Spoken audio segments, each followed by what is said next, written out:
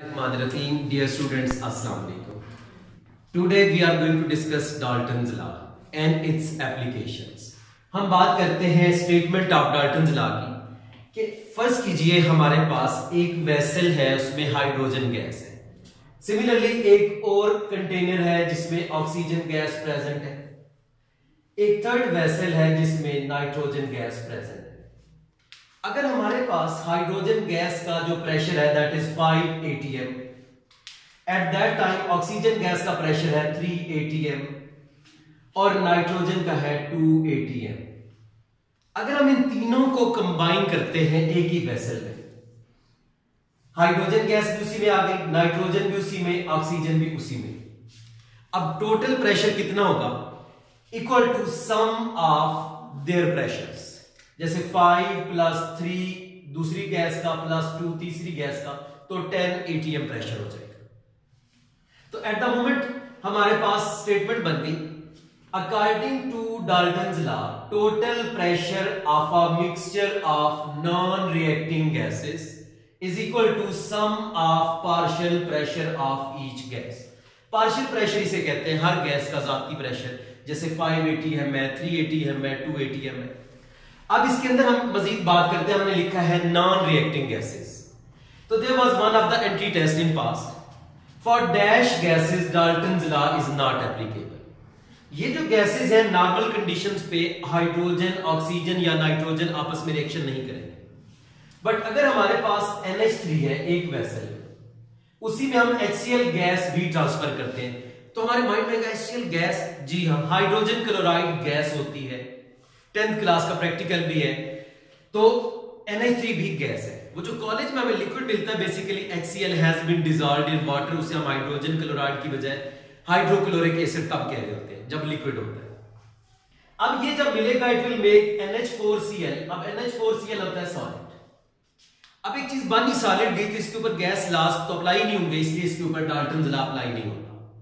तो यहां पे हमारे पास फर्स्ट ए ऑप्शन H2O2 इस पे अप्लाई होगा कि एक वेसल में H2 था, दूसरे में O2 था, कंबाइन करें, डाल्टन्स लॉ अप्लाई होगा। एक में H2 था, एक में CO2 था, तब भी अप्लाई होगा। H2 और Cl2 था तब भी। लेकिन जब ये ऑप्शन आएगा NH3 और HCl, तो हमारे माइंड में आ जाएगा कि ये रिएक्ट कर जाता है और NH4Cl बनाता है, लिहाजा इसके ऊपर ये अप्लाई नहीं होगा। अब जब हमने ये बात कर ली तो हम कहते हैं मैथमेटिकली हम कैसे टोटल प्रेशर फाइंड आउट करते हैं। PT is the total pressure. It is equal to pressure of gas A. फर्ज कीजिए this was gas A plus pressure of gas B, जैसे हमने यहां ऐड किया, plus pressure of gas C। अब इसके बाद हम रिलेशनशिप फाइंड आउट करेंगे, relationship between total pressure and total number of moles. Total pressure को PT कह दिया, टोटल नंबर ऑफ मोल्स को हमने NT कह दिया। According to ideal gas equation, बेटे हमारे पास बात आएगी PV is equal to nRT. This was ideal gas equation.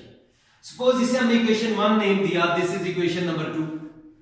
चूंकि हमने प्रेशर की वैल्यू ऐड करनी है तो हम कहेंगे P is equal to nRT by V. This is equation number 3।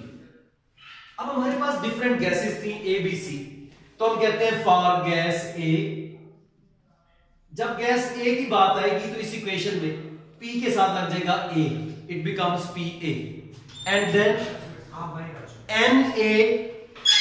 NaRT by B।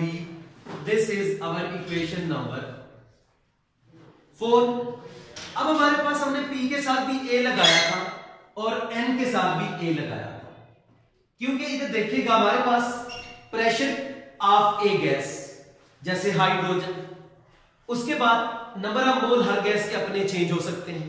But जब ए की वेसल में शिफ्ट हो गए, R इज कांस्टेंट तो R के साथ A नहीं लगेगा, T इज कांस्टेंट T के साथ भी A नहीं लगेगा, V इज कांस्टेंट उनके साथ भी A नहीं लगेगा। फॉर गैस B, तो इस केस में जब गैस B की बात आएगी it becomes PB is equal to nBRT by V. This is equation number 5. For gas C, जब गैस C की बात आएगी तो हम क्या कहेंगे PC is equal to NCRT by V. This is equation number 6.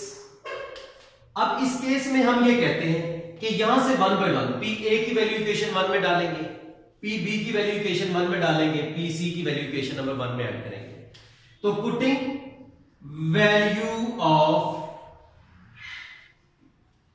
PA, PB and PC in equation number 1, it become PT is equal to, जहां PA था अब क्या आ जाएगा NART by V. तो हमने लिखा NART by V, आगे plus sign था प्लस, PB की value NBRT by V plus NCRT by V, ये वैल्यू हमने लगाई PC की जगह.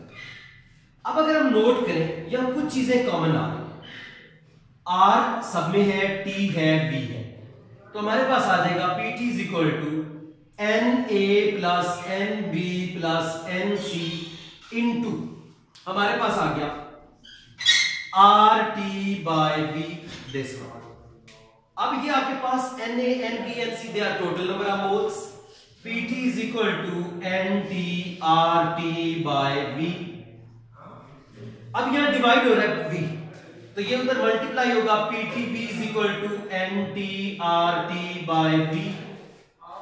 अब उससे आगे हम फर्दर बात क्या करेंगे कि यहां से ये V आपका जब उधर चला गया था तो दिस इज PTV यहां, लेकिन ये वो वाला PTV नहीं है जो हम रूटीन में कहते होते हैं कि 9 बजे के करीब एक मोहतरमा आती थी, हमारी आज की नशरियात का वक्त खत्म हुआ तो अगली मुलाकात अगली सुबह होगी, सारे लोग सो जाते थे. तो ये आपके पास टोटल प्रेशर और वॉल्यूम है, R भी कांस्टेंट, T भी सेम है, तो this becomes PT is directly proportional to NT. तो हमने रिलेशनशिप फाइंड कर लिया between total pressure and total number of moles. Applications और मोल फ्रैक्शन का रिलेशनशिप नेक्स्ट वीडियो में डिस्कस करेंगे. Thank you.